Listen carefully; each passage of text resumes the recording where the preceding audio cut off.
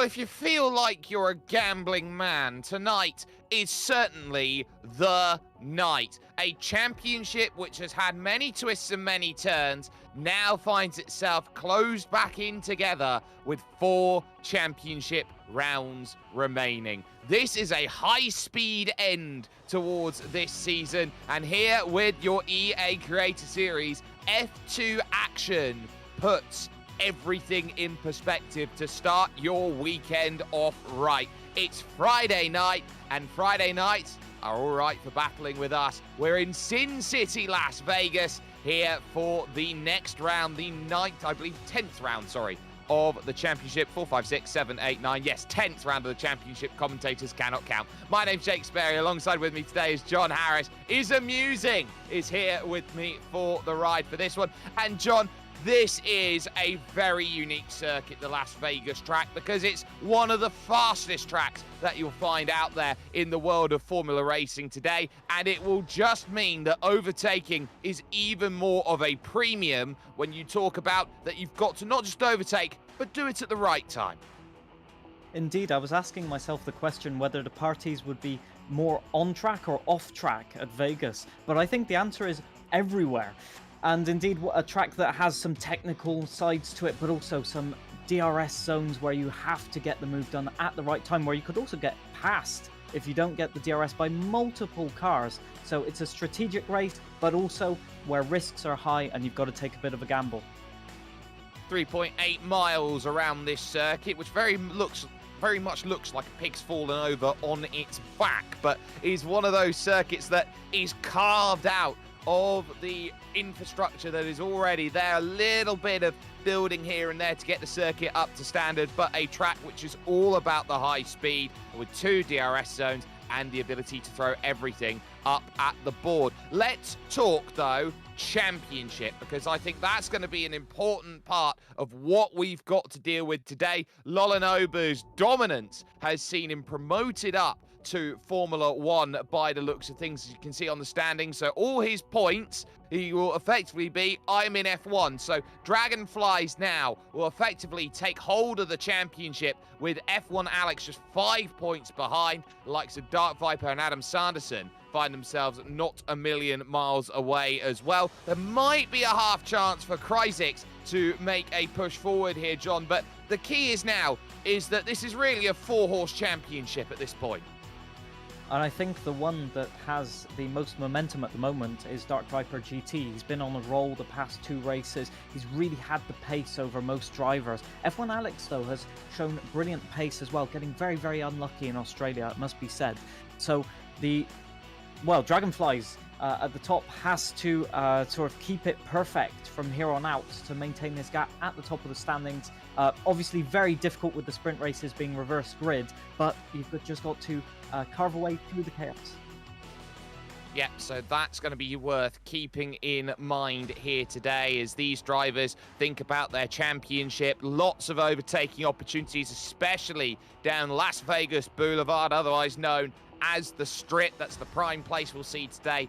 All of that getting done, but it's 2 races here in F2. Of course, you get the sprint and the feature requiring 1 pit stop. The sprint, you just go at it all the way to the end of the race. So that's going to be worth keeping in mind. But because this is a street circuit here, John, there is that often, I would say, juxtaposition of you're not going to get an easy ride. It's very bumpy and it's very dirty offline. So are we going to be seeing these drivers looking like they're going to be in lockstep for the majority of this race, looking for a quick jink out to make the move and then back in line again? You've got to be very, very careful around this track, overtaking and just getting a move done, because one, if you find yourself boxed out on the outside of most corners, there's just a wall there waiting for you. And 2, the runoff areas are quite narrow and not very deep. So if you lose your braking or just miss the braking zone entirely because you're battling with another car and not concentrating, it can have dire consequences. I predict that maybe we'll see some safety cars because of that. Because especially towards the latter part of the races, people will be fighting for position, and indeed, accidents happen.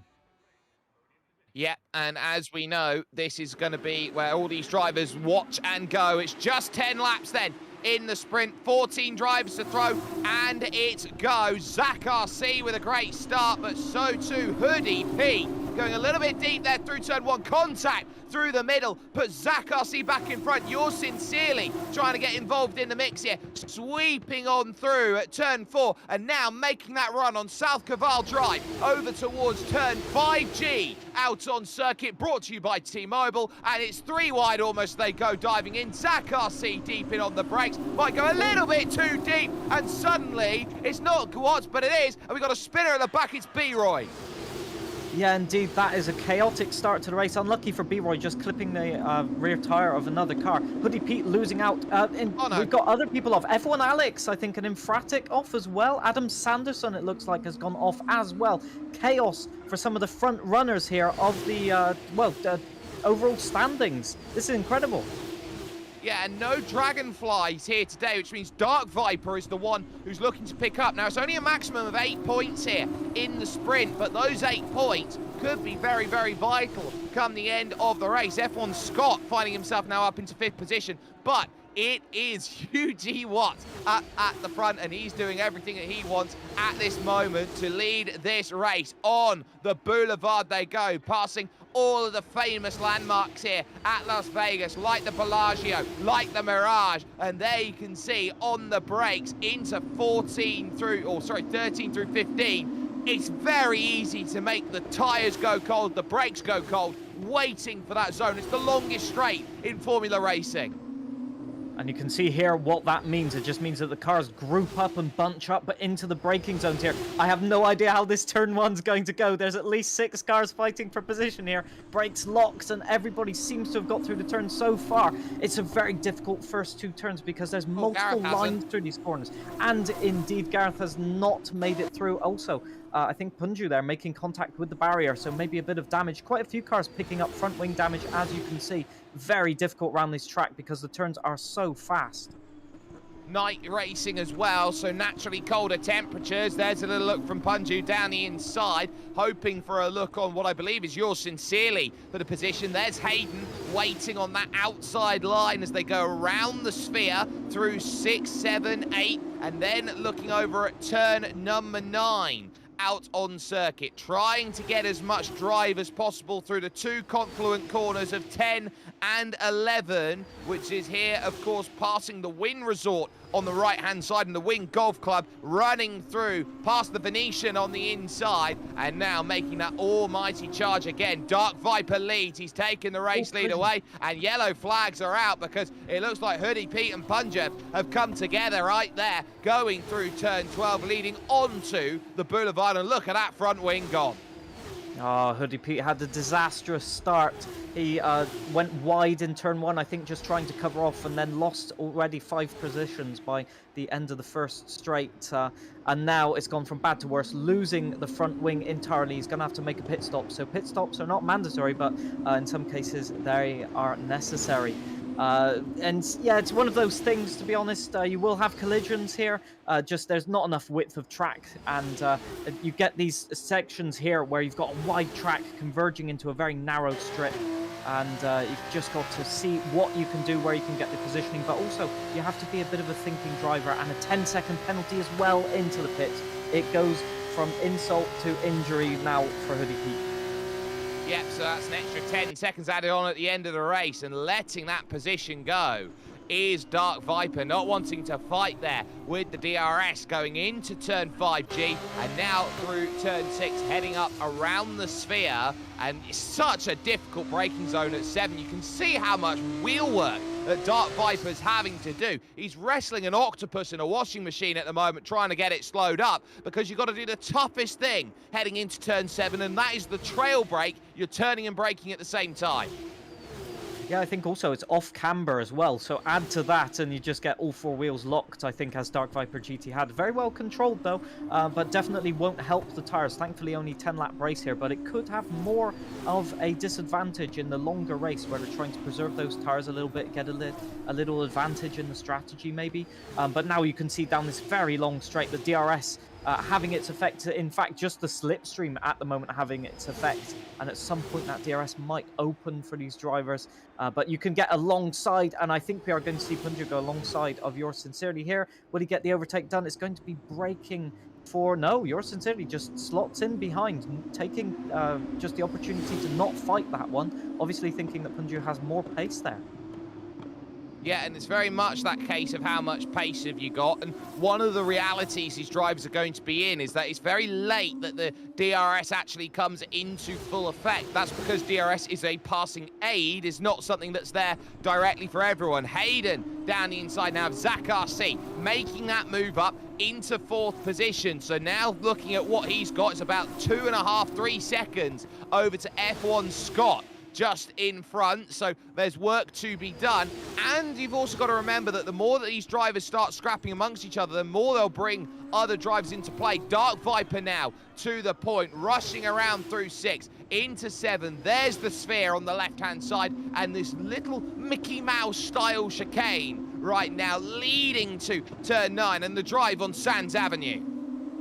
I think a lot of these drivers will be cursing the car at the moment, because I've heard that from a lot of the drivers that it really doesn't perform well at tracks where you're traction limited. And this is certainly a track where they, especially in that slower section that we've just come out of, they are very, very traction limited. And we saw on that lap, I just gasped a little bit because F1 Alex nearly speared it straight into the wall on corner exit of the last turn. So you can see drivers struggling just with the car at the moment. Maybe we'll see some just genuine mistakes from the drivers, but definitely a picturesque scenery as we go down this straight. The strip of Las Vegas here, just, well, beautiful in this game, as beautiful as it is in real life. Look at that. What do you look at as a driver here? You got so much to spot for a braking zone. You do, and that means that drivers are thinking, well, where do I need to be, trying to find that opportunity? And I'd probably be looking at maybe the end of the fountains at the Bellagio as my braking zone opportunity. F1 Scott with the fast lap of the race. Look at how much time he's clawed back now at this point, and it gets a bit busy as Punjev is going to make that move, and Punju's going to get there on Hayden. Inside line for Hayden, though, through turn 4 is going to just about sneak away forward. A bit of carbon fiber flies up. Zach and Yours Sincerely both there in the mix just behind, and suddenly these drivers are all playing around for best for the rest. The one driver that'll be helping out more than anybody else, well, actually the two will be helping more than anyone else, Adam Sanderson and F1 Alex, who are right now battling for 1 championship point. Indeed, they had that collision earlier in the race where both of them, I think, were facing backwards on the track. Look at their pace. They are already back up into, well, one of them points-paying positions, but they could catch the pack in front of them, led by Hayden Gullis at the moment. Punju seems to have a different setup to everybody else. Look at his speed on the straights. He was able to keep up with Hayden without DRS on that previous straight and nearly got him into the braking zone of that sort of 90-degree right-hander and onto the main straight now, or the longest straight, I'll call it. Will he be able to get a move done even before DRS is activated? Let's have a look. And it looks like he's just staying behind, and there we go. The DRS, well, the slipstream, we'll call it that way, having a huge effect here. The move is already done before the end of the straight, as we've got Zach RC and Yours Sincerely going side by side as well. Who's going to come out on top? Zach RC. Hayden goes a bit wide into that turn as well. Braking zone, very, very tricky at that speed.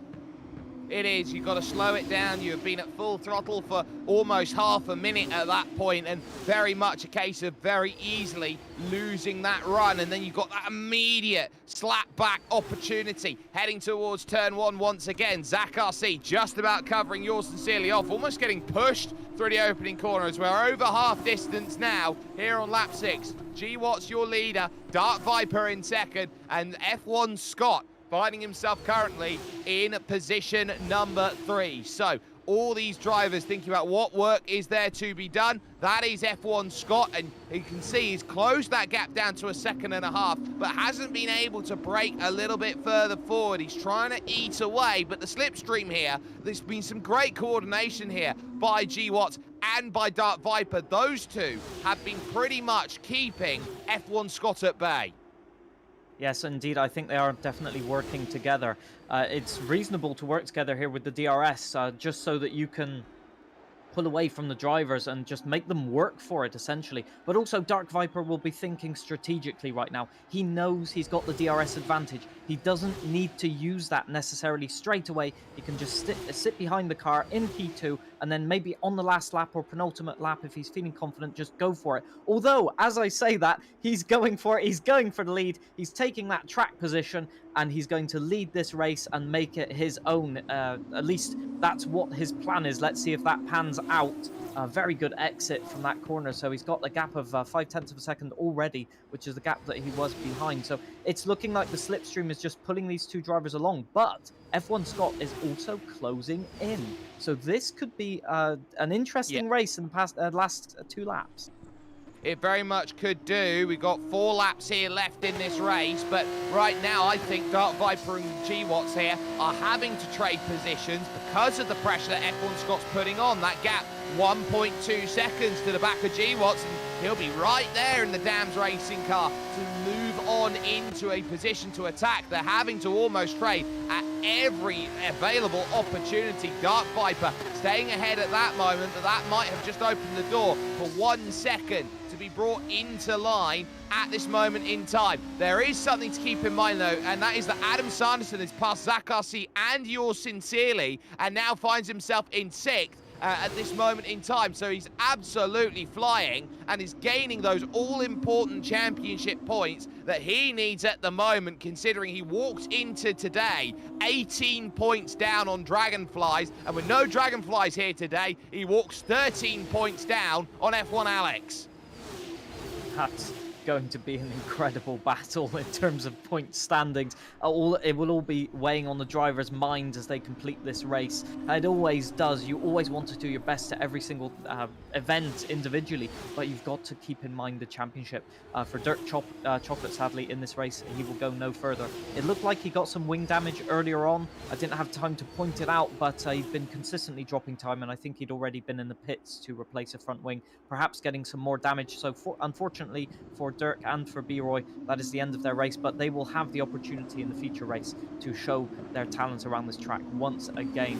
The gap at the front increased a little bit now to 0.6 seconds, so you can see still within DRS range, but it looks like Dark Viper is just trying to command the race a little bit more, try and get that gap, make the dirty air effect more sort of pressure on the second driver there. If you can just eke out the gap to maybe 0.8, it means that they've got all of that dirty air with less slipstream. So they have to just try harder. They have to use the tires, maybe even overheat them to get close. And we've just seen their F1 Alex jump and get a championship point in the back pocket. He needs them. Dark Viper, his nearest challenger, of course, is leading this race, and it's a 7-point swing right now, and the gap between F1 Alex and Dark Viper walking into today is 11. So that will mean right now the gap will be 4 points at the championship lead for F1 Alex, leaving this sprint race, heading to the feature, and that's not going to be what he's hoping for right now. He'll need those couple of positions of Yours Sincerely, maybe Adam Sanderson if he can get there, and Punju might be another driver to keep in mind and in focus as well. But heading towards these final stages, they've done all the hard work here in terms of those gaps and building them up and getting what they want. Now it's time to execute on the game plan, and that might be where G-Watts is looking here. Don't need to make the move, wait as late as possible, but in fact is going to make that dive once again at the prime place, turn 14,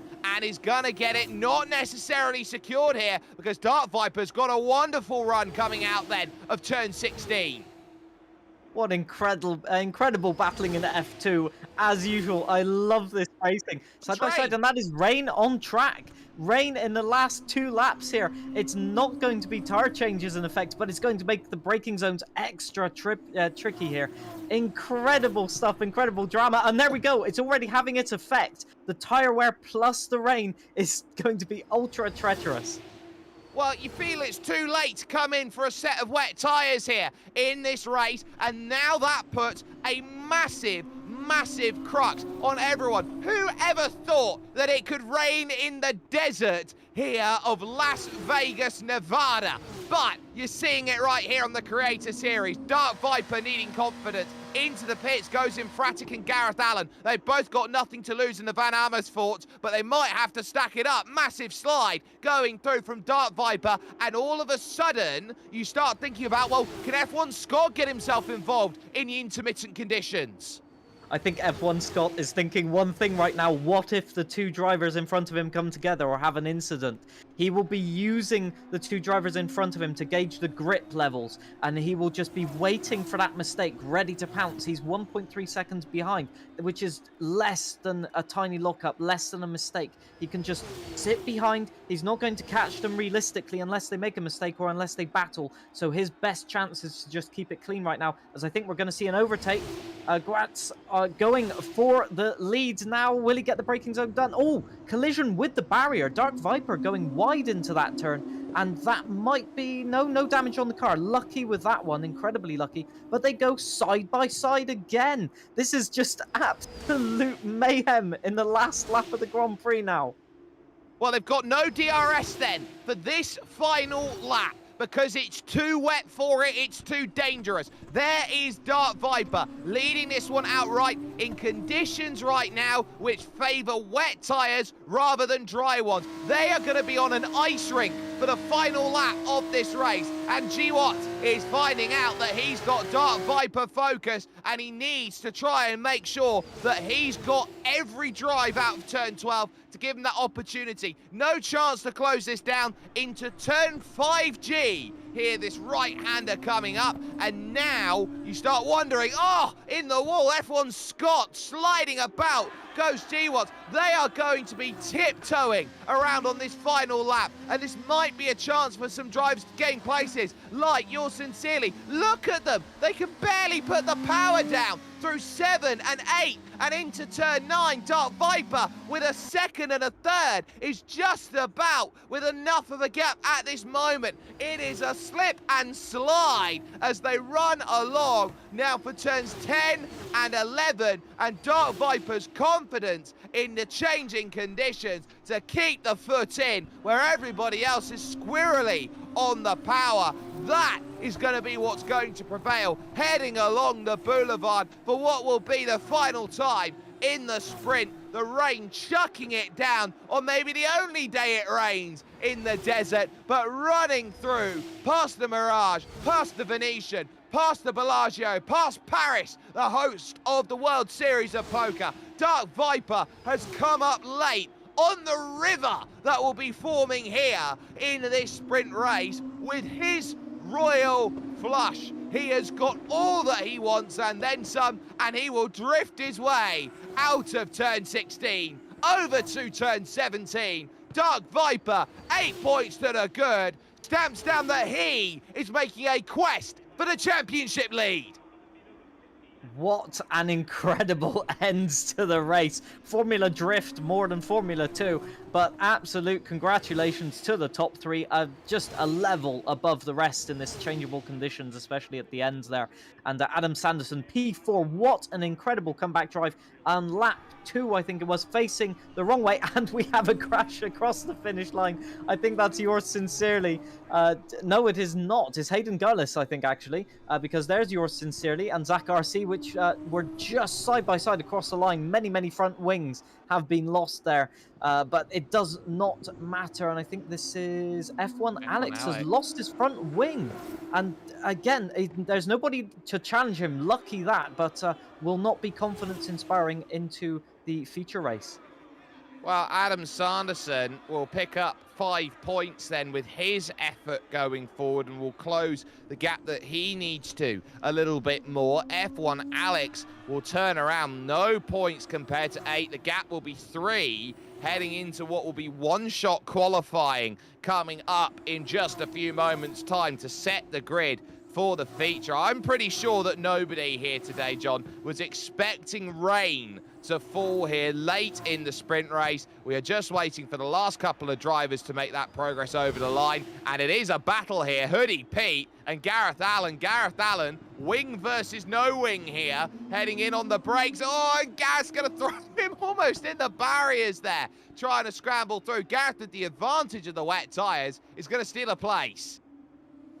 Indeed, what a bizarre last battle for this race, and it looks like it's not over yet. They're going into the pits, I think, battling into the pit lane. Not in the pit lane, they can't decide. Across the line, into the barrier, and one of them, if I think Hoodie Pete has DNF'd on the last corner. Can you believe it? Racing incident, that's what it was. It was a racing incident between those two as they got themselves all together, but wonderful action at the front. And it was all about who could put their best foot forward. Dark Viper deciding that he wants to get himself involved in the picture, taking the sprint and doing so with a little bit of help from the heavens. And it does make you wonder here, John, that you've got that all-important draft around this circuit. The moment you turn off the DRS, you know, that becomes a whole lot more difficult to make the passes, and you're reliant on driver skill at that point. I think that's why Dark Viper just took the lead toward that last lap there. He knew that it was getting close to that DRS deactivation, so he just went for it into turn one, got the lead, and didn't look back from there on out, really. I think in changeable conditions, it's really important to build that confidence before, so that you have like a margin of error or a margin of, let's call it talent, really, to delve into, so that if you get a minor bit of oversteer or understeer, you can sort of scale it back to 95%. Whereas the drivers that have been having problems or mishaps during the race, they don't have that confidence. And so immediately when it starts raining, they back off. And we saw that with a few drivers getting into trouble there at the end. But what a clean overtake at the end there for Gareth Allen. I think that one's one that will go down in the history books.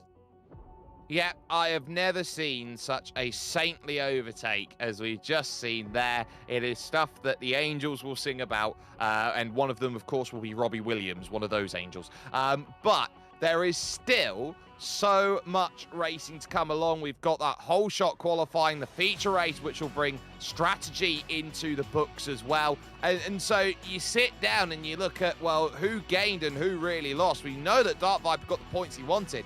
F1 Alex right now is on the back foot.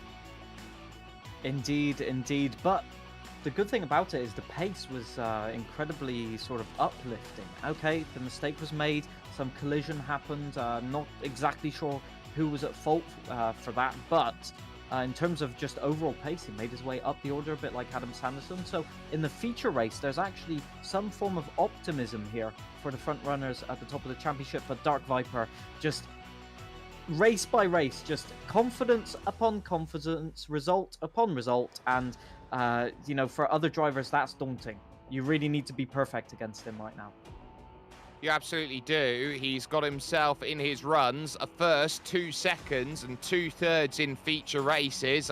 9 points only, though, out of Australia last week. So he's a little bit, I would say, looking for a bounce-back performance and trying to double up here at Las Vegas to give him that opportunity to progress. But you're sitting down. Dark Viper's certainly looking to try and turn the screw. Very underrated performance, what we've seen all season long from Adam Sanderson. He's not necessarily the driver who will have the most pace in the races, but he's the one who can string the results together and get a consistent flow going.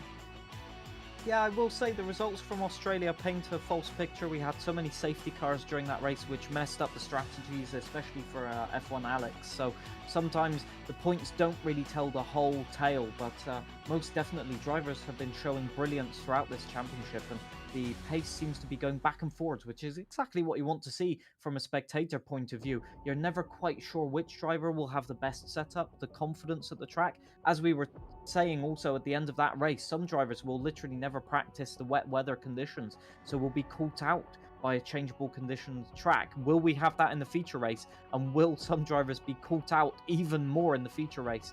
It depends also on setup.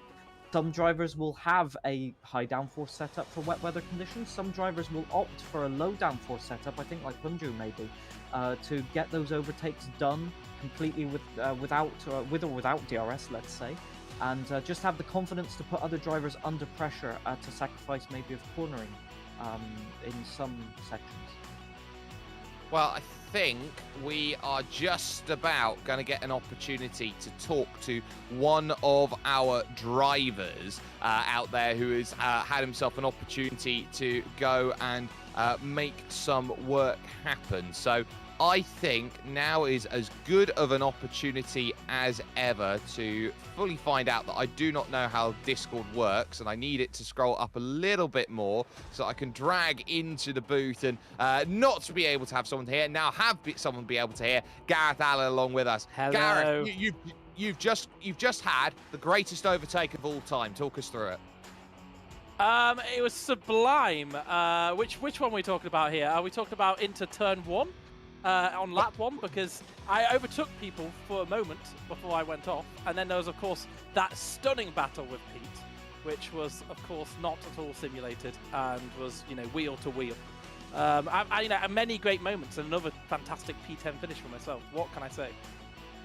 Well, it's a wonderful result for you in terms of a P10 finish, but who thought there would be rain in the desert? That's going to be where we sort of look and go, what happened there? Because it seemed like everybody had to scramble about for the last 2 laps on tyres that weren't there, and you went, no, I'm going to put some wet boots on. I like my wellies. Well, I wouldn't have done that. So I went for the super soft thinking, if the rain comes, I'm cooking here. I've got a great strategy. And I wouldn't have done that, though, if I knew Emphatic was on the same team as me, because I was actually held up by him for about 5-6 seconds. And by that time, he was away with the fairies. I was hoping I could pit for a new wing. Emphatic makes a mistake. I catch up with him. But instead, I come out side by side with Hoodie Pete, who proceeds to deck it immediately into a wall, which was, massively impressive of him. So I waited up a little bit, and we had a little bit of fun. Me and Hoodie Pete had a fantastic battle, of course, last week in the sprint as well. An actual genuine battle, rather than this charade of, carbon fiber, let's say. Look, so you're looking if you're not battle... Go ahead. Please carry on. No, okay. John, after you. Go on, John. So give me your best shot. Oh, all right. You don't want to give me that ammunition. So you're looking to have some battles with people in the feature race. Who are you going to, let's say, target as your driver that you absolutely needs to beat in that race? I would like to finish in front of Fabio again, because Fabio is, I finish in front of Fabio every single time, and he thinks he's quite good at the game, but I beg to differ. I certainly Fabio. If I can beat Fabio again, I mean, he has DNF'd about every single race I've gone against him, but, finishing ahead is ahead. But any way to finish ahead is going to be ahead. We will leave you over to one-shot qualifying, which will be coming up in the I may put my sleep mask on for this, so... oh my! A blind qualifying lap. That's... Enjoy that. Oh, we will. We will. Gareth Allen there joining us then, always having a little bit of a laugh out there. And that's part of what makes Creator Series so fun. At the end of the day, yes, you can fight for championships, but outside of that, it's the camaraderie. Camaraderie, indeed. But I must admit, it's very amusing that the drivers take jabs at each other. The friendly rivalry that sometimes isn't recreated in perhaps other series, other real-life competitions. But yeah, it's great to see drivers having fun here as we've got one-shot qualifying underway here. On board with Hoodie Pete, who seems to have taken the lead just going into turn 1. Having a good turn 1, actually. Still toward the top there. We've got Gratz and Adam Sanderson at the top. Again, 2 drivers we were saying have gone really, really well in the sprint race, but can they keep it in qualifying? It's going to be 10th of a second margins here. It certainly will. Sanderson looking for a good run on the brakes into turn 5G, looking over towards the Sphere complex coming up of 6, 7, 8, and 9 here, rushing through, trying to use as much of the circuit, dancing across the chicane, and that's where F1 Alex and F1 Scott have been finding that pace in the middle sector. We look with F1 Scott now heading onto this next run, Sands Avenue, past the Winner State on the right, the Venetian on the left there. That's the Expo Hall running through as you then find the brakes at turn 12, heading on to Las Vegas Boulevard South, and the long charge on the straight, past the Venetian, Treasure Island. You pass yourself past the Mirage on the right-hand side. The Bellagio will be coming up on the right. You've got Paris on the left-hand side as well. And every time you are looking for an opportunity for the brakes to come up shortly. And they will realise how important it is. The Cosmopolitan, the shops at Crystals, all there. But on through this final chicane, which leads on to East Harmon Avenue, and charging over towards the line. F1 Alex might have just pipped F1 Scott to the post, but the drive towards the line is rather important in terms of who gets what. It's just 8 thousandths of a second. F1 Scott's got a bit of pace, but look at how close the top three all were. Yeah, indeed. It's one of those tracks where braking zones are going to make the difference. Hayden Gullis, I think maybe just going a little bit deep into that final braking zone of the track and just lost out.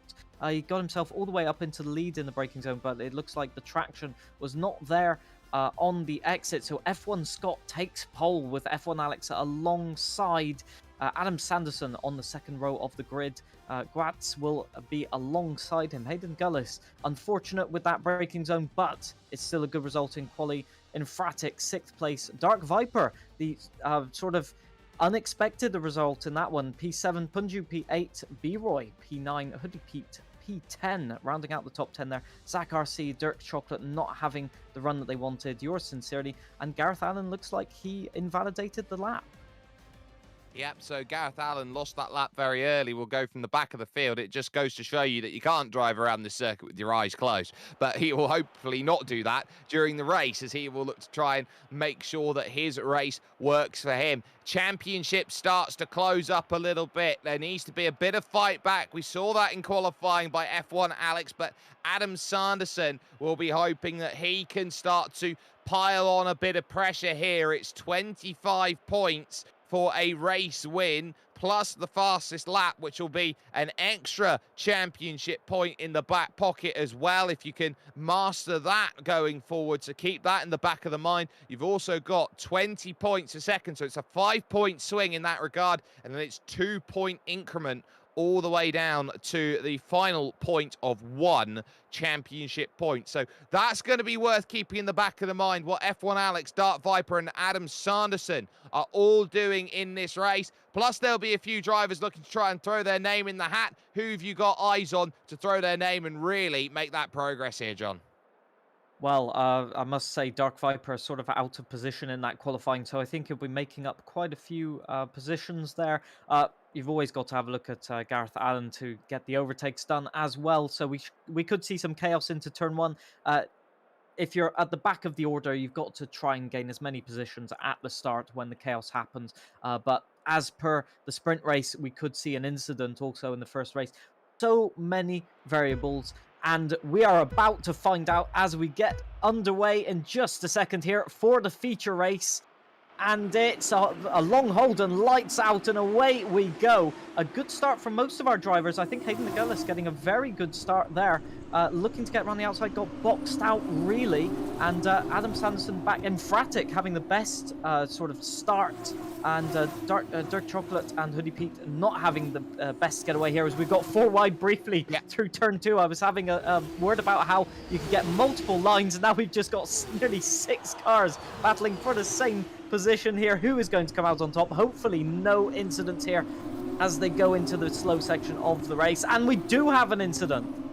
Yeah, that's going to be B-Roy and Punju going around there. So they throw their bets at the table. It comes up double zeros. A virtual safety car is deployed early. So for Gwatz, who was able to get to the race lead, F1 Scott second, F1 Alex in third position. The virtual safety car comes out and neutralizes any battles early on. Now, they have to stick to Delta here, John. That's going to be important in terms of what they need, because they're looking to try and get the jump the moment that the virtual safety car ends. Indeed, and we have a collision there. I'm not sure whether we've had a problem here or something. I think it's re-rack.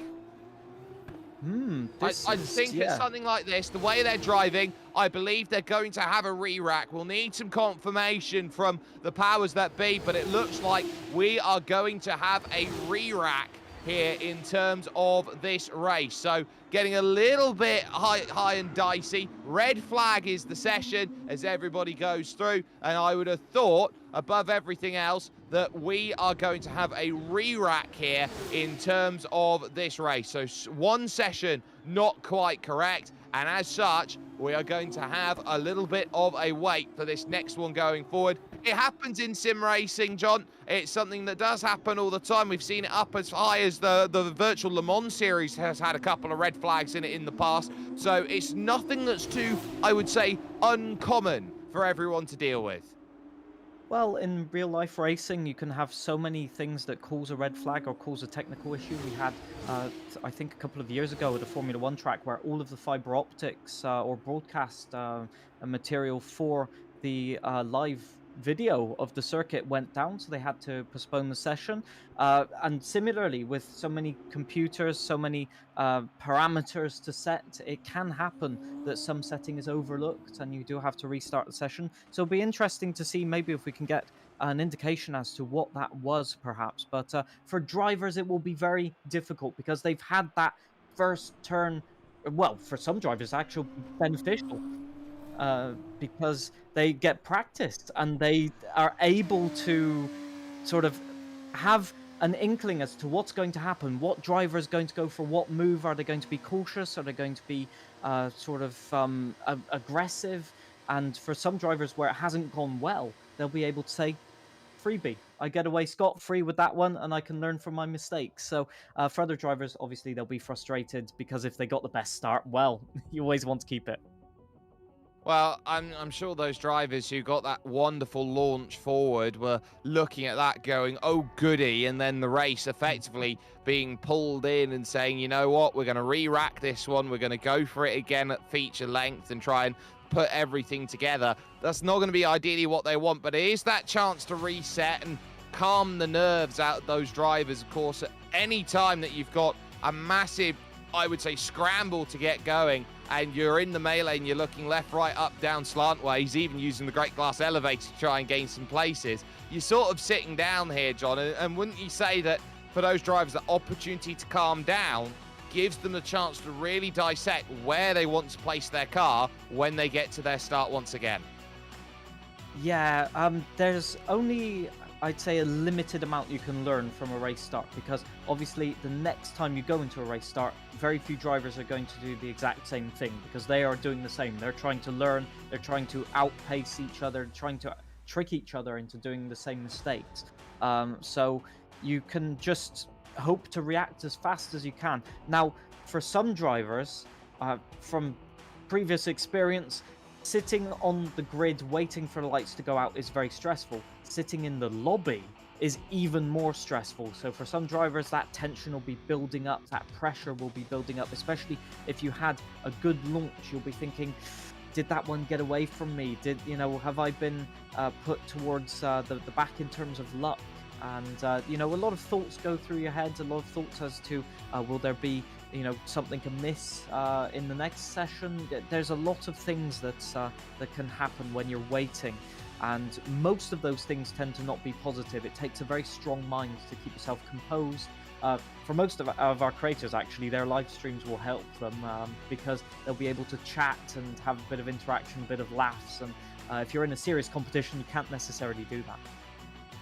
No, that is very true. And when you're in a serious competition, it's very much a case of everybody looking around thinking, right, I've got to get the next one forward and the next one going through. It's officially confirmed as a red flag out there at the moment. So everyone is looking to try and make sure that they calm themselves down and give themselves that opportunity. Now, at this point, there would be normally Lewis Hamilton on a scooter somewhere running about the paddock at this moment in time.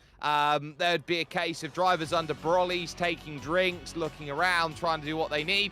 I wonder what you would do in this situation, John, what your red flag ritual would be. Well, it depends if it's a serious competition or just for a bit of fun, like the Creator Series.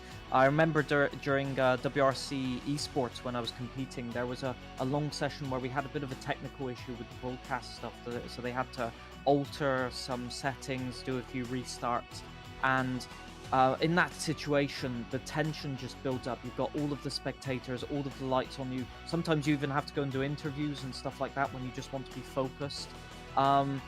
In general, the best thing you can do in that scenario is just try and take it not so seriously. Just sort of keep yourself in the zone, but don't expend energy.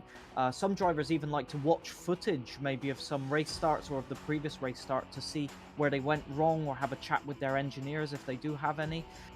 Which we saw frequently in F1 esports.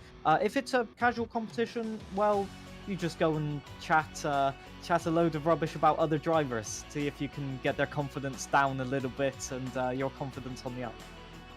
Well, there's always a bit of needle between the drivers, that much we always know, and I'm sure that when there's needle, there is also thread to pull on back, so I'm sure these drivers will all be playing a game of givesies and takesies, because if you can givesies, you've got to takesies as well, and that's what we love about a little bit of banter that we get in this series. Got to talk championship at this point, because it's effectively a free look at what they go through. So if my maths is incorrect, which it always is from time to time, looking at how the Creator Series looks, of course you've got F1 Alex, who's up at the front but didn't score any points. You've got Dart Viper, who is 3 points back now, and Adam Sanderson then a further 6 points back, who would be at 9 points adrift. So that's pretty much where we sit at the moment. 9 points between the top 3 drivers, and I would say between those 3, it will be one of them who will be standing up at the top, winning the championship. And they've got to remember, it will be a very similar style of circuit that will be challenging next week here, John,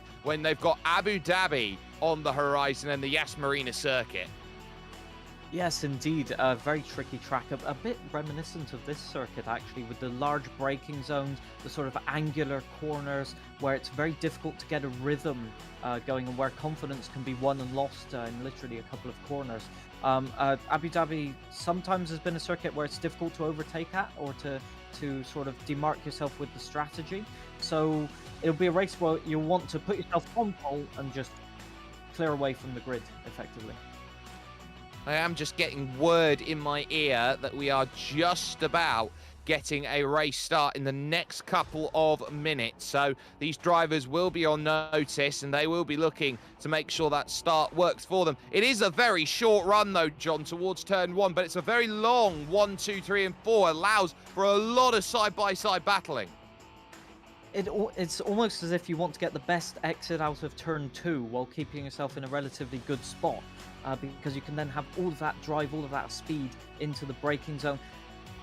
With so many points on offer, with the championship being so close and drivers being so close together at the front of the grid, someone's going to go for it. You have to. The temptation is there, and as we saw in that first lap, there was always incidents. The can cause safety cars, and one thing about safety cars, they lead to other safety cars. So either the drivers will keep it very clean and we'll have a straightforward race with strategy, which will be awesome if that happens. Otherwise, we will have complete chaos with safety cars, and that, from our perspective, is awesome as well, because the drivers just have to cope and adapt as best as they can.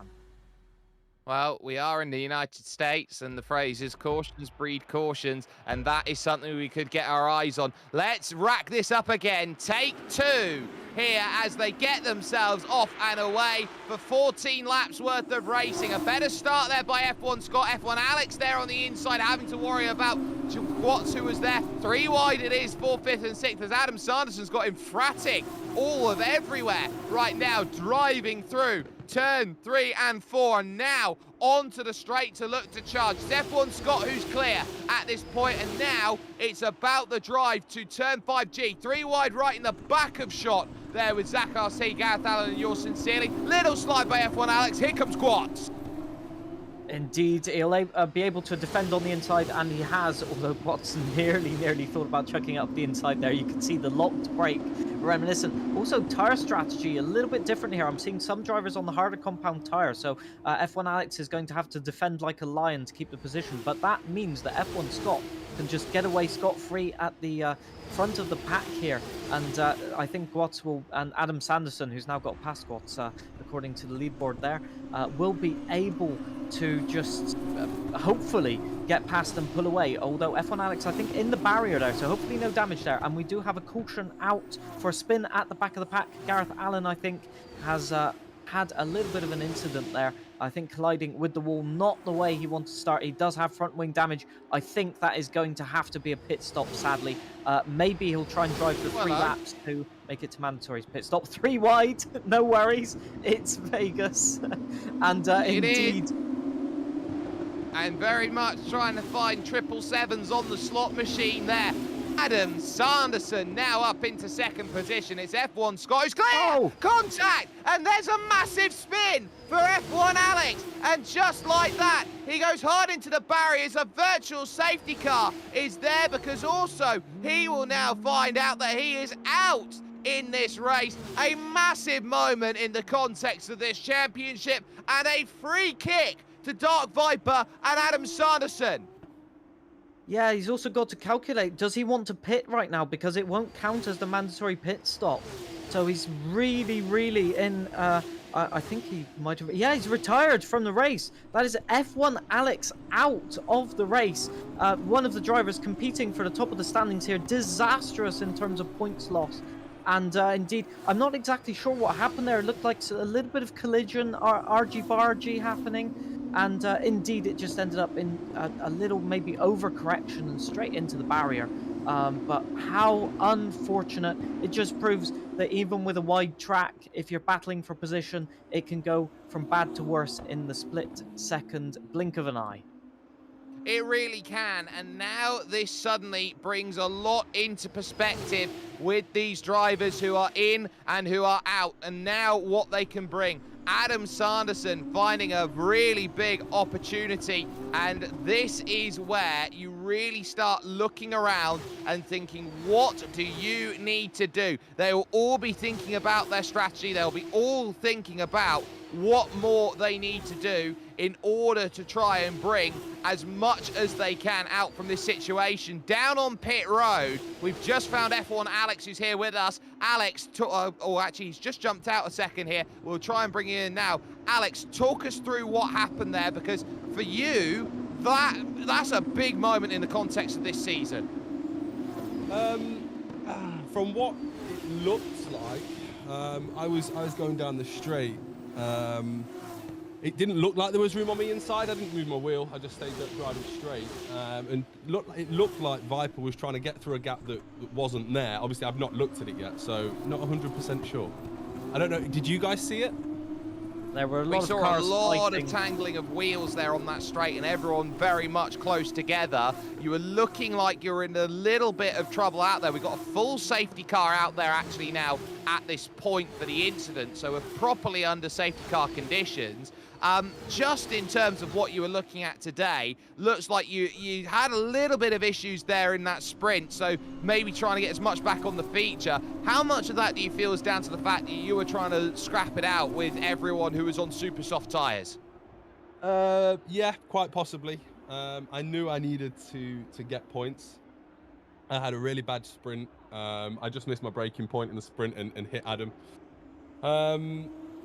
So yeah, I needed to get back, and I was, you know, I'm scrapping for every point. Of course I am. And if I can hold them off while I'm on the slower tire, when it comes to the quicker tire, I'm going to be quicker. I'm going to be faster. But yeah, I need to go rewatch that, see if I was at fault or if I wasn't. Well, how are you going to? Go ahead, John. Carry on. Well, I was going to say, indeed, if the race hasn't gone to plan, needless to say, at least you can take maybe some, second prize, maybe we could call it, from the fact that the pace was still good this weekend. I know second week in a row that it hasn't really worked out for you, but maybe there is still a chance that that pace can help you back into the championship standings. What do you think? Oh, I hope so. You know, I know I've got pace in an F2 car. It's just not been my my season this season. I've not had all the time to practice like I did last season. I've started a new job, so yeah, I've not really had the time. But you know, hopefully, my raw pace in an F2 car can bring me back into it. I'm going to lose a hell of a lot of points today. So yeah, we'll lick my wounds and we'll come back again next week. Well, commiserations, and we'll wish you the best of luck heading over to the Yas Marina circuit. F1 Alex there joining us and finding out what makes this race such a difficulty out there. A number of drivers making calls into the pits, the likes of Infratic, Dirk, Zach RC, making stops to change their strategy and their tyres. And that's not necessarily a bad decision here. It's a free pit stop, and there'll be other drivers looking around like F1 Scott, Adam Sanderson, Dart Viper, who will all have to make a pit stop at some point. So the free cheap pit stop, the only thing they'll be worrying about is that tyre wear at the end of the race here, John. Well, yes, I'm questioning some of the drivers who were on the softer compound tires that have stayed out, because right now they could get their mandatory pit stop out of the way and get themselves on some fresh tires, effectively gain a pit stop. Those who started on the harder compound tires have to stay out effectively or go onto a new set of those tires, because they will need to use both compounds, and it just doesn't make sense at this point of the race to switch tires. Maybe they could do it 10 laps. It's a bit of a push, but it is possible if you take care of the tires perhaps. But this has completely thrown the strategy out of the window, like I predicted before the race, and it's going to be having to adapt. But definitely for the runners that have stayed out, they're going to be in a situation where they are effectively praying for another safety car so that they can pit for fresher tires so that they can have that advantage. If there's no safety car now, they have effectively a pit stop deficit to gain back, which is huge. One pit stop deficit is massive in the context then of this race. B-Roy is the leader of those who have come in and made a stop. Then it's Hoodie Pete, Gareth Allen, Infratic, Dirk, and then Zach RC is where it stacks up at this moment in time. No indications as of yet that the safety car is diving into the pits. There's a lot of debris out there. There's even a little bit of concern with the barrier, so to speak, with how heavy F1 Alex went into the wall. But now you are getting that sense of, well, we are going to have to come in and make that stop. We are going to have to try and make that decision. And look at it, they're locking up, jiving into the pits here. It puts B-Roy now at the point of influx at the front. And what is very crucial about that pit stop is that you got Hayden Gullis in the pits, and he'll be on super soft. Indeed. Some drivers are risking it for, well, 100% really. If he's going on to the softer compound tire, that is a really bold strategy. But will it work out? Sometimes just being able to overtake people, making them get mistakes and all that, they might even be betting on another safety car happening. So going on to the soft compound tires, getting a few positions gained and then change tires on that one. But very, very interesting, because this will probably mean the safety car stays out for another lap. So effectively, those strategy options are reduced even further. I have no way of predicting right now who is on the right strategy. Well, there is no way of knowing, but everybody is practically on a different call, with the one exception being Hayden Gullis at this moment in time on super soft tyres. He looks like he is the only one on the alternative at this point, and he will be nursing them through to the end of this race. But now he is in the wheelhouse in terms of distance, where he can go and attack it as if it was just the sprint race, and it's going to feel exactly like that at this moment in time as the drivers all look to back up, save a bit of fuel, save a bit of tyre life, and try and get as much as they can. B-Roy absolutely shadowing here the safety car out there at this moment in time, wanting to try and run, but look at the gaps and how important they're going to be. If he decides to back it up, then it's going to be opportunity knocking, as the safety car, it is confirmed, is going to be diving in on this lap. I was thinking Hayden Gullis may be holding up the pack, in effect trying to get the safety car to stay out for another lap so that his tyre... And we've had a collision. We've had a collision here, some debris on track, some mishap here with the safety car. I saw some debris there. Who is it? Can't quite I think it's figure out who it is RC. He's got the penalty flag next to him, so that would be what I think there. So Zach RC, a driver in trouble. Dirk around him there as well. But now as the field bunches back up together, the pace under the control of B-Roy, as we will get back going on lap 6. He'll launch and he'll get himself away. Hoodie Pete in chase. Gareth Allen finding himself in third, with Emphatic behind him in fourth. The locker breaks in through turns 1 and 2, and B-Roy with clearance as he'll run now through towards turn 4 once again. Indeed, Hoodie Pete really going defensive, as we've got a little bit of an incident at the back there. I think just 2 cars touching and weaving a little bit, showing their discontent, as we've got now a huge battle 3 wide for essentially P7 down. And it looks like we've got a 2 wide here between Dark Viper GT and Zach RC, just clouting the barrier a little bit there. Dark Viper is going to go through into 8th position. But you can see here the different strategies panning out, as the grip is just not there on these harder compound tires. A lot of drivers going wide. That could be a reason why Hayden Gullis went onto the softer compound. Just the car not performing. We've got a driver up in the background. It's yours sincerely in the barrier, if I'm correct. And that is terrible, terrible news. The entire half of the front wing gone. Yeah, it's disastrous there for yours sincerely. Look at the backup job by Hoodie Pete. B-Roy a 2.5 clear, no DRS until lap 2 after a restart. The 2 Van Amersfoort looking for a way through, and so too is Dirk Chocolate, hoping he can get himself into play. Dirk loves a good race like this, and can he find a way to scramble through? It's Noah's Ark Sim Racing 2 wide, now 3 back. They start pushing as they head themselves on the brakes, looking for East Harmon Avenue, and Hoodie Pete, nothing he can do. Emphatic. Oh, in the wall as well, I think, for Gareth Allen. Absolutely clouting the barrier, and somebody has lost a huge portion of their front wing as well. Somebody diving into the pits there. I think that is Zach RC, sadly. So a lot of drivers here are having problems, as we've still got 2 wide action. Well, this is what we're expecting. Drivers who are a little bit quicker to jump up upon the drivers who are a little bit slower, and as such you get the concertina effect, which comes into play. Side by side behind us, Dark Viper and Hayden Gullis look like they're about to change positions right now. The Invicta car on the inside looking for a chance. Hayden's got the better tyres, but he's going to lose out potentially that space. But Hayden's not giving this one up out of turn 5G, heading over towards turn 6 and looking for the chance on the brakes. And in front of them is a bit of side by side as Adam Sanderson is trying to fend off F1 Scott. All the while, Hoodie Pete just in front, final spot on the podium on Sands Avenue, heading over towards turns 10 and 11.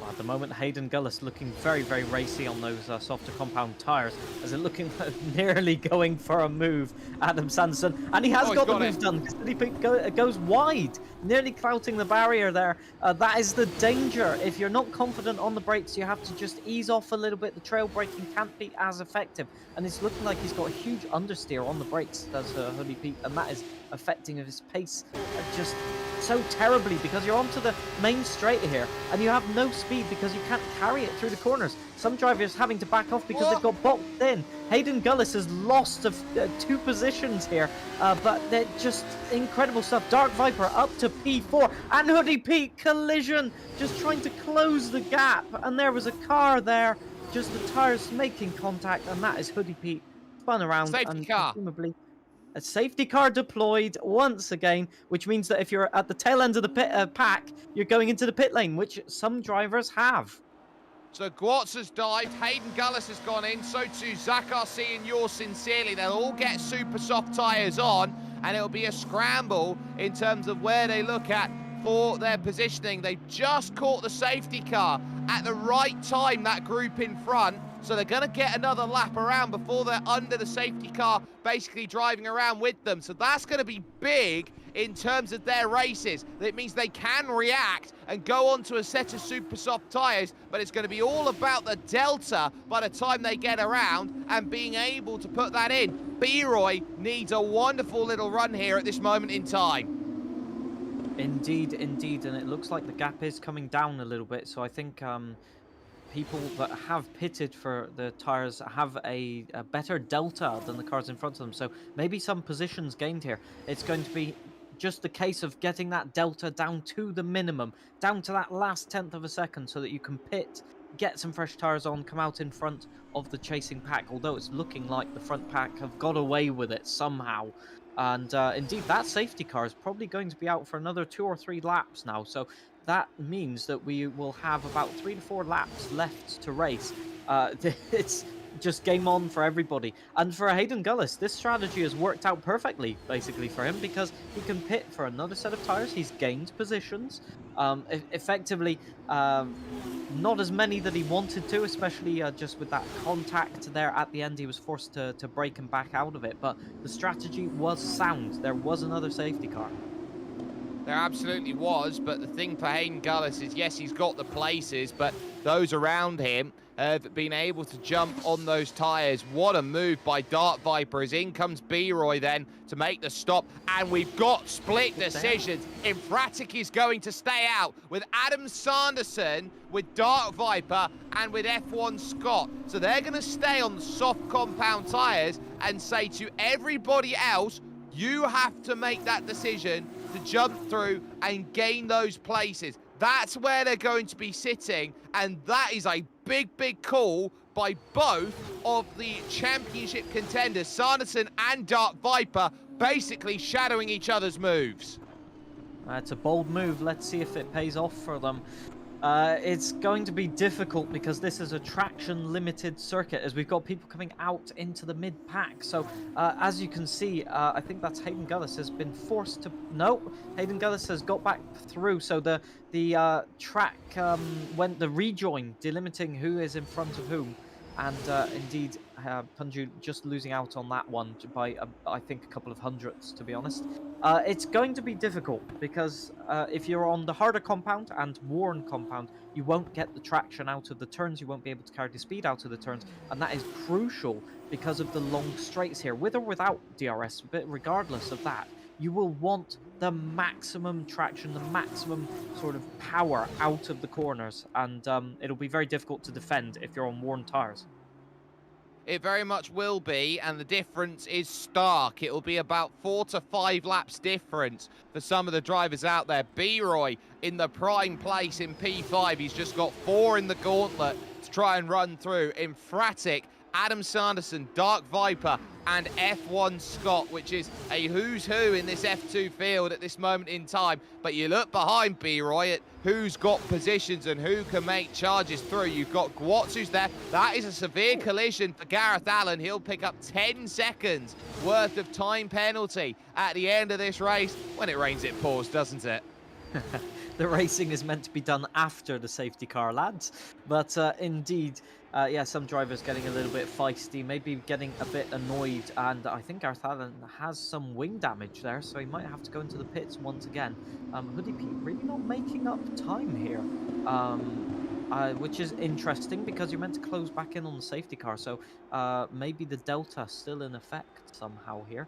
Yeah, it's a bit like we had in Australia. We had some safety cars, we had some drivers that initially were on the best strategy, and then all of a sudden another safety car happened and it inverted the strategy, and as we can see, Gareth Allen forced to pit once again. Doesn't really make a big difference there, he was toward the back of the pack, but that just gives him another opportunity to get past some drivers and have a fun race we will probably have 2 to 3 laps worth of racing, which means that towards the end of the race, you're only going to get 1 or 2 opportunities to overtake your rivals. We could see some dive bomb moves here out of either desperation or just sheer willingness to get past the others.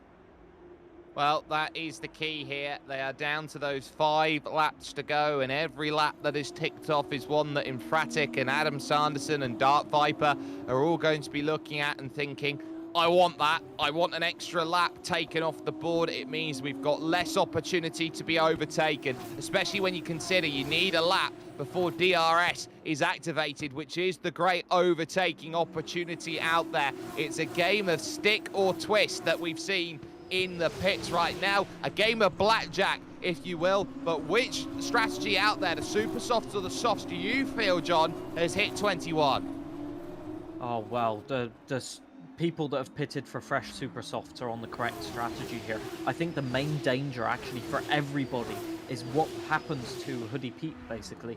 Getting overtaken by people on younger tires or softer tires and just getting swallowed into that swarm of cars and somebody miscalculating the gaps and causing a collision.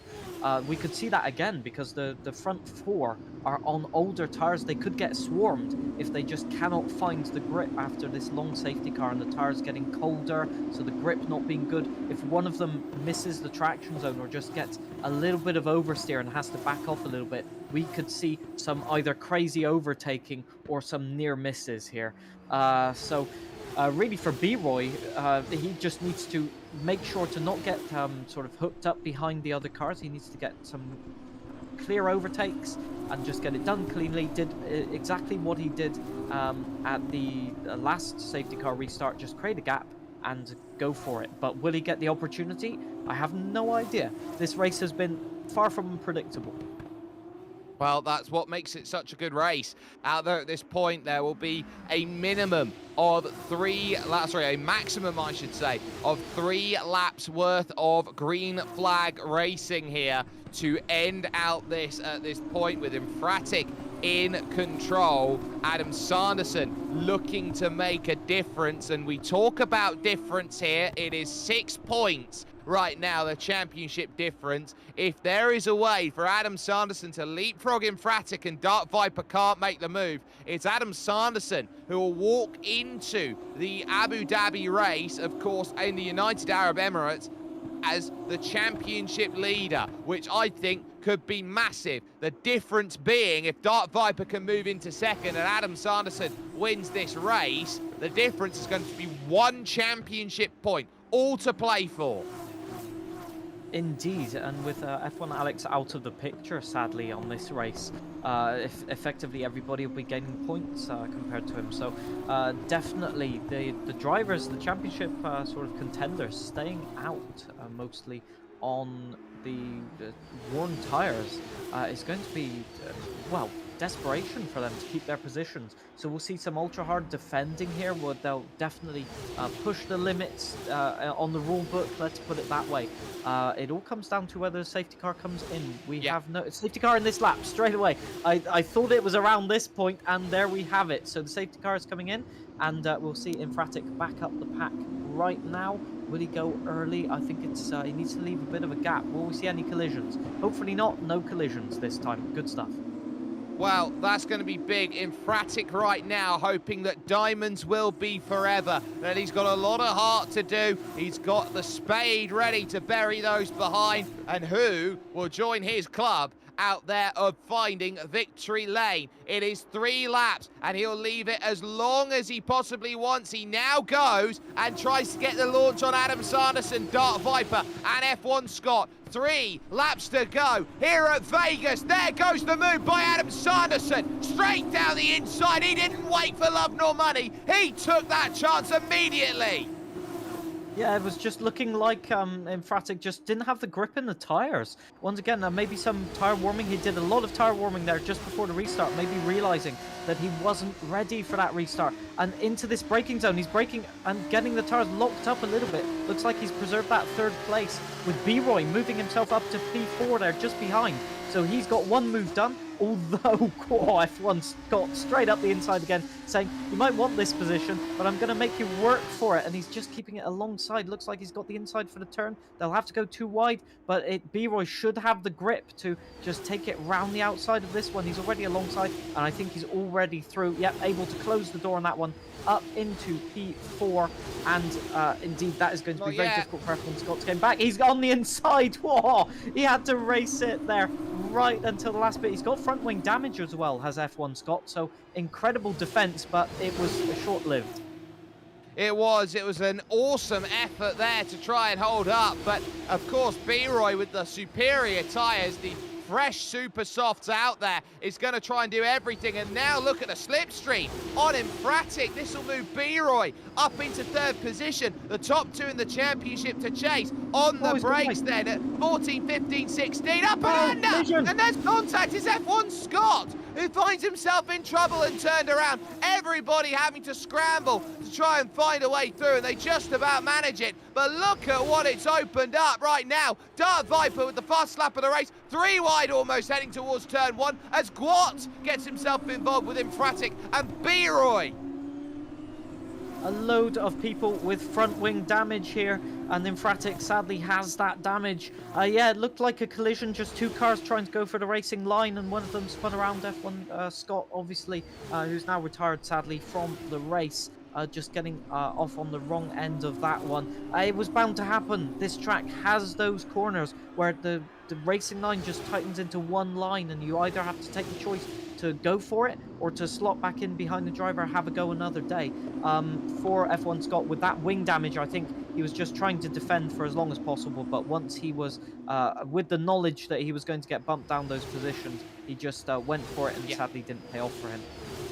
Look at Dark Viper. This is a 10-point swing in the championship if he can find this move on Adam Sanderson. Right now, it is 2 championship points. The difference with Dark Viper with the fast lap. It could be 12 championship points the lead if he can make this move. And here, tucked up underneath, moving over to the right-hand side of the circuit, Dark Viper makes the move and puts himself up in the race lead. They're scrapping for 3rd behind B-Roy and Gwat going at it, and that's important because that's the charge of the cavalry, and right now it's basically them against themselves. They're not giving themselves an opportunity.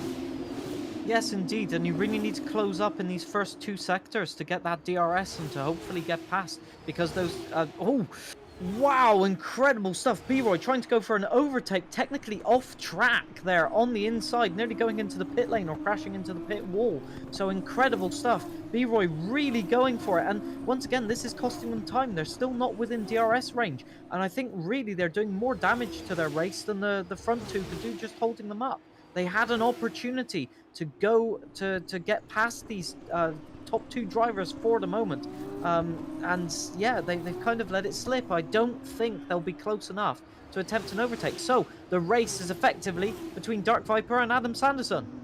Oh, it's close though, because Gwatz has a real opportunity. He pulls within 1 second of Adam Sanderson, and that will give him the DRS on the straight. The question will be, is he close enough? Sanderson at half a second back might just be timing his run perfectly here, but he's hemorrhaging a little bit of time here and a little bit of time there through 10 and 11, and the top 2 have come together, and they get massive contact with B-Roy as well. It's a scramble. Gwat is going to find a way through. Infratic going to jump to 2nd. Adam Sanderson and Dark Viper, the 2 battling for the championship, coming together, heading onto the Las Vegas Strip, and they find themselves all in and pretty much all out as they find themselves low on their chip count, heading along this straight. Now it's about who's got what. Dark Viper somehow in 2nd. Straight on goes B-Roy and Adam Sanderson. Disaster there, but not so for Gwat, who will come to the line, and somehow, some way, he finds the roulette table landing on his number. Oh, what an end to the race. Adam Sanderson completely missed the braking zone, trying to go in as fast as possible and just collided with the back of Dark Viper, and then B-Roy, I think, missing the braking zone into the last at the end of the long straight. Just got it wrong as well, and ended up pushing a few drivers wide. I think Infratic retired there on the last lap of the race, and just terrible things. That's what can happen when you have a long straight with a very tough braking zone. You have only one opportunity to get that overtake done, and if you don't time it absolutely correctly, you can have an almighty crash, and that's what happened. Sadly, drivers ended up getting caught up in that when they had no real opportunity of avoiding it. The biggest gainer from all of that will be, believe it or not, F1 Alex, who will look and think that his blushes just got spared a little bit. The damage not nearly as much as what it was looking there. Dark Viper will still take second position and 21 championship points, so we'll definitely extend that margin. But with Adam Sanderson only managing 6th place, it's a much bigger gap than maybe he would have thought, and maybe there's going to be a little bit of the stewards having a look at those issues out there. But of course, it was Dark Viper leading. It was Adam Sanderson that forced everything into proceedings. But my goodness me, what a dramatic end. Hayden, by the way, managing to snipe a podium through all of that drama. Dirk in 4th, Punju finding 5th position. Then Adam Sanderson, Hoodie, Pete, yours sincerely, B-Roy, and Gareth Allen in the top 10. You couldn't have written that for a final stage of racing here under the lights at Las Vegas. Dark Viper just getting so lucky with that one. Effectively taken out, but managed to recover really quickly. And on one of the longest straights of the calendar, managed to get the power down and still end up P2. Also, shout out to Gareth Allen, who scores points after all of that chaos and drama, getting a 10-second penalty for collision under safety car. It just pays to just keep your nose in the race. I do think back to F1 Alex maybe retiring a little bit too early in the race, thinking it was all over. Perhaps staying in the race even though you've had a bad time in the first lap. You know, it can be a points-paying strategy, quite literally. We are going to get a chance to talk to some of our drivers here, and why not talk, hopefully, with a driver who has got a big result. Quats, where did that come from? Mate, I do not know. It's just, back-to-back wins. Back-to-back wins is crazy, man. It's yeah, I don't remember. All I remember was the last lap. I don't remember anything else from the race, honestly. We made a few moves after the I got very lucky on the second safety car because I was just coming to the pit. Like I just was about to finish the lap. So I got pretty lucky with that, and then I was far enough back to see the crash to avoid it, luckily. So yeah, that was the main bit. Well, here in the desert, it looked like it was very much going to be a case of how well can you hold your cards, and whoever kept them closest to the chest was going to find the opportunity to win. Just talk about that moment where you see first, second, third, all finding themselves turned around in front with contact everywhere, and you've got the opportunity to scamper off into the distance as if nothing ever happened. Yeah, I think it's I've played F1 for quite a few years, and I've never ever had anything like that happen to me. Not even in an open lobby, I've never had that happen to me. That was it's interesting to say the least. Very interesting. I think it's the way they crashed. Like it was absolutely perfect. Like they opened up a completely perfect gap for me. So it's it was very interesting. Very interesting. Well, with your recent turn of pace, and I will say consistency, trying to get everything out of the car and just incidents happening in front of you on this occasion, what do you think about the championship then? Can you push yourself further up the order? Do you think if drivers keep making these mistakes, maybe you've got a chance of getting way up the order? I mean, potentially, yeah. I think this is why it's obviously very similar to F2 in real life. This is why we love F2, because it's just like there's just stuff happening all the time. So I think, I mean, the two, I would say this one was probably more lucky than Australia, but you have to be in it to win it, obviously, which I know is very cliche. But, I mean, I feel like I've been there to pick up the pieces, which is good. I don't really want to get too involved in the championship fight, and I would like to say I'm very sorry to Scott, because me and Scott did crash. I don't really know whose fault it was, but my main goal was just to try and, in F2 in general, was to try and have fun, and then maybe we can make a championship push next season. So I'm sorry to get involved in the championship by binning someone, but yeah, I think we can definitely make our way up if they keep doing that. So yeah, we'll see. Well, opportunities to make some progress, and we might just have to dub you the nickname of Moses, the way that the Red Sea opened up for you. Oh, mate. But I will take that, mate. I will take that. Well, you will, and I suppose the floor is yours for anybody you'd like to thank. It's a victory back-to-back from Australia here to the Sin City of Las Vegas. Thank you very much, guys. Thank you to Kareem, Formula Kareem, the GOAT engineer, and thanks to the commentary team for hopefully calling me Gwats today, because I forgot to tell everyone that's how you pronounce my name. And shout out to my girlfriend as well. All right, love you all. Bye, guys. I'll see you in a little bit, all right? Got to thank the girlfriend there. Gwats joining us and having a whole heap of fun to deal with that as well. John, I think that's pretty much going to bring the curtain down on action here today in the EA Creator Series. But we got Abu Dhabi 1 week from today, and that pretty much puts a very similar, I would say, crux onto what everyone is hoping to get out of. And when you sit down and you look at what's coming up, the final 3 rounds, a fast-flowing circuit like Abu Dhabi, the Netherlands, of course, at Zandvoort, which is always going to be sort of a red herring style circuit. You got to need a little bit of downforce for that. And then the all-out thrill of Monza to end the season. You couldn't have asked for a more exciting end. We've got a really varied ends to the calendar, really. You've got that open flowing circuit, as you said, Abu Dhabi, where you can... sometimes it can be difficult to get overtaken, but there are opportunities there. The Netherlands, Zandvoort, overtaking opportunities apart from that DRS zone, very, very difficult. Although with the F2 cars, might be a bit easier than in F1. So around that time, maybe some, opportunistic moves might happen. Always a great race with the weather as well. Sometimes, if not always, paying a little bit of chaos in that race, let's call it that way. And then to end with Monza, the just temple of speed. Is incredible stuff. So we'll have to wait and see what championship we're looking at when we get to Monza, but definitely that turn 1 and those braking zones are going to be something else. Yeah, very quickly, we've just had someone very nicely knock on our commentary door, and it's Hayden Gullis who's decided to say hello to us. Hayden went on the alternative strategy there in that feature. You were on super soft, everybody else was on soft. Were you kind of hoping that there was going to be no safety car, so that'd give you the opportunity to use your tyre life to the fullest?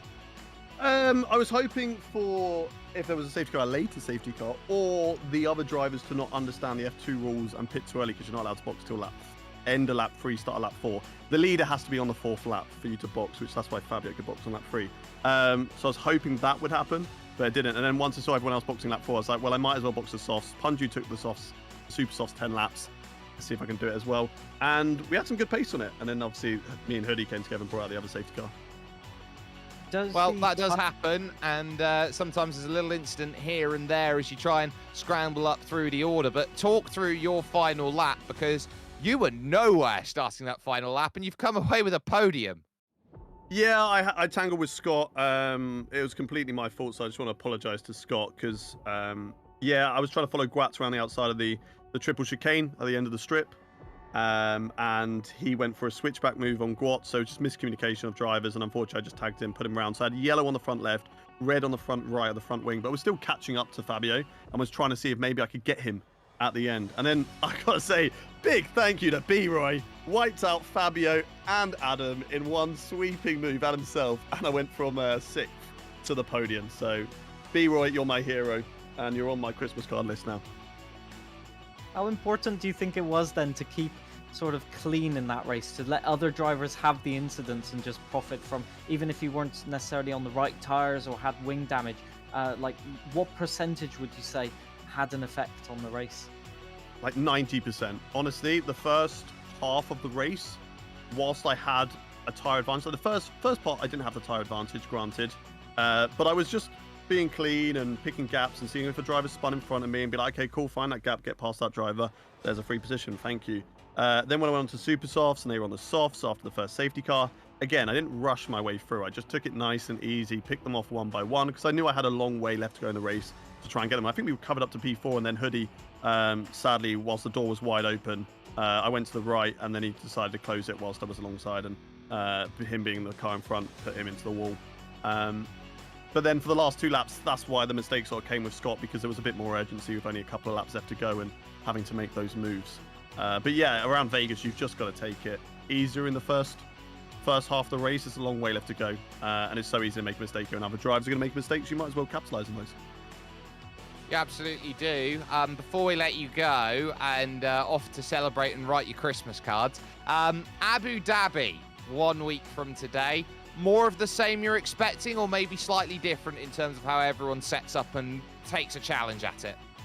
All depends on the F2 cars. I've said it after last week. I've really not been enjoying these F2 cars. Vegas was good because I didn't have the issues, but they're very snappy on the front and on the rear. It's like you've got no rear traction at all, or rear grip. So I'll do a couple of laps on Abu Dhabi and I'll decide whether I want to do that track or not. But yeah, so I might be there, I might not. It all just depends on whether the cars actually handle correctly or whether they are bad. Well, we'll see how the Hayden lottery goes for that, but it's a 3rd place finish. Is there anyone you'd like to thank, buddy? I want to thank B-Roy. That's who I want to thank. He's an absolute legend. What an absolute Danny Kvyat moment. So you are my hero, B-Roy. I love you lots. The B-Roy torpedo there, working as intended for Hayden Gullis as he finishes off in 3rd position in that feature. You can catch us here with the EA Creator Series on all of our socials. You can find them about up there. You can see there your YouTube, your Instagram, your X, your TikTok, and of course you can follow us, of course, on our socials. If you haven't had the chance to already, Jake Sperry, John Harris is amusing, is there, of course, along with For the Ride. A crazy, crazy time in Sin City, and a lot of people are going to find themselves walking back to the airport and back home with scraggly long beards and of course their suitcase broken, just a handful of clothes in their hands. But the one thing that can be said is that everyone decided to gamble. Some won, some lost, but ultimately it is about who can stamp their authority on the next part of the season. It's the final 3 rounds after this. Abu Dhabi, the Netherlands, and Monza. We'll see you next week for F2. We'll see you tomorrow for F1 action, which will be coming up back here at Las Vegas.